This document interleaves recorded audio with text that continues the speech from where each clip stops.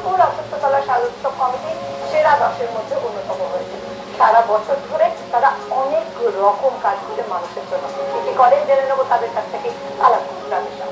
আমরা মূলত সারা বছর ধরেই আমরা কাজ করে থাকি, মানে কাজ নিয়ে ঘুরে থাকি।